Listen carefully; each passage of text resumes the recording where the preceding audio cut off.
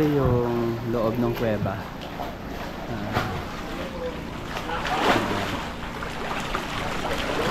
Hello mga kamami, it's your Mami Don.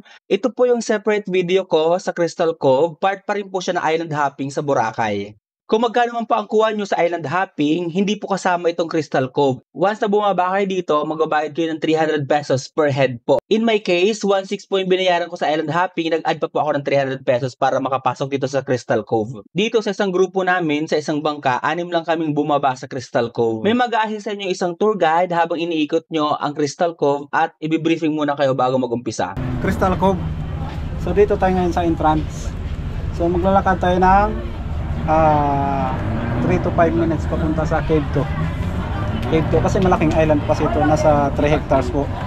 So dito po tayo dadaan sa kabila, Cave 2. Tapos papasok tayo dito sa Cave 2 mga 15 minutes. Tapos akyat tayo dito sa kabila. Pero yung cave na yan ma'am, lusot yan dito sa kabila. Pero yung exit niya, babalik pa rin dito kasi yung hagdan dyan sa kabila, nasira ng bagyo. So babalik pa rin. Hindi pwede kuya. Nakakapagod yun. Eh, hindi naman.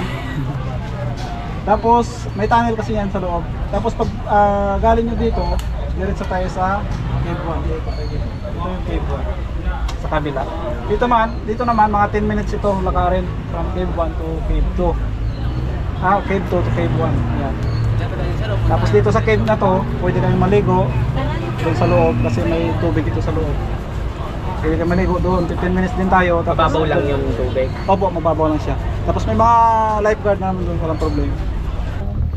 Ano tayo sa Cove 2 daw muna bago mag Cove 1 kasi maraming tao sa Cove 1.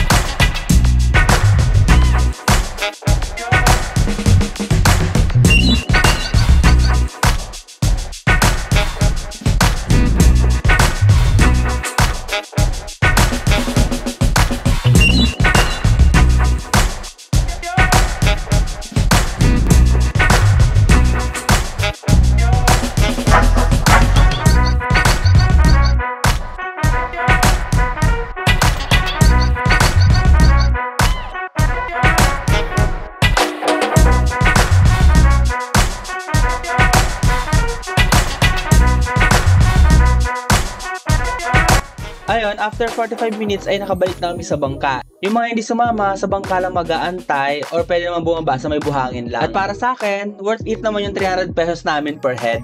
Yun lamang mga kamami, salamat sa panonood ng aking vlog. Sa mga single dyan, sana magka-jowa na kayo. Bye!